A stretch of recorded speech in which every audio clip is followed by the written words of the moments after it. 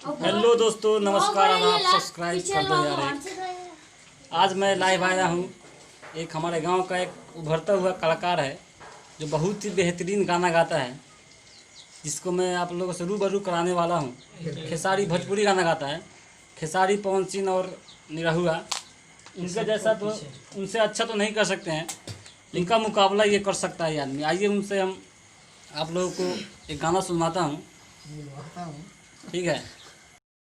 चुप भैया लोग नमस्कार, प्रणाम, सत श्री अकाल। और बताओ लोग, हम तो लाइव कब ना आवे नहीं, लेकिन आज आयल बनी सोचनी है कि अपना भोजपुरिया भाई लोग के कुछ एगो गीत बात थोड़ा सुना दी ना। सुनाओ तनी। उतना अच्छा तो हम ना गावे नहीं, लेकिन फिर भी सुनो लोगन और कमेंट करके बताओ। बाबूजी मोर उंगली धाके चाले के सिखैला, करी कवनो गलती तब गोदी न उठैला।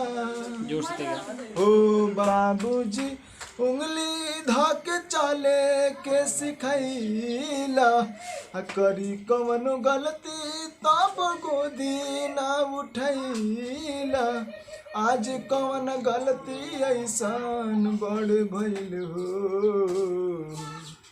बाबूजी कुछ ता बोली हो,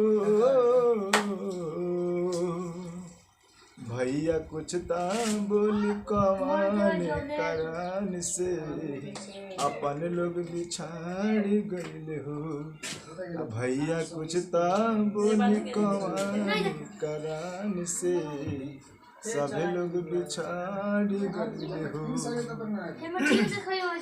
अंतरवा कहाँ पाई बिखेलल कूदा आया पनंगनैया, खिस्सा सुनी बैठी जहवा दादी के मड़ैया।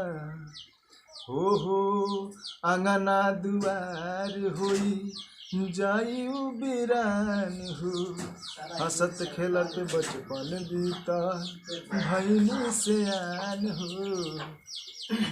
एक पल में अपन सबे हो जाई बेगाना, नैहर में कभी रही या न जाना। अपे माई भाई सबे छूट गइल हो, चाचा कुछ ता बोली हो,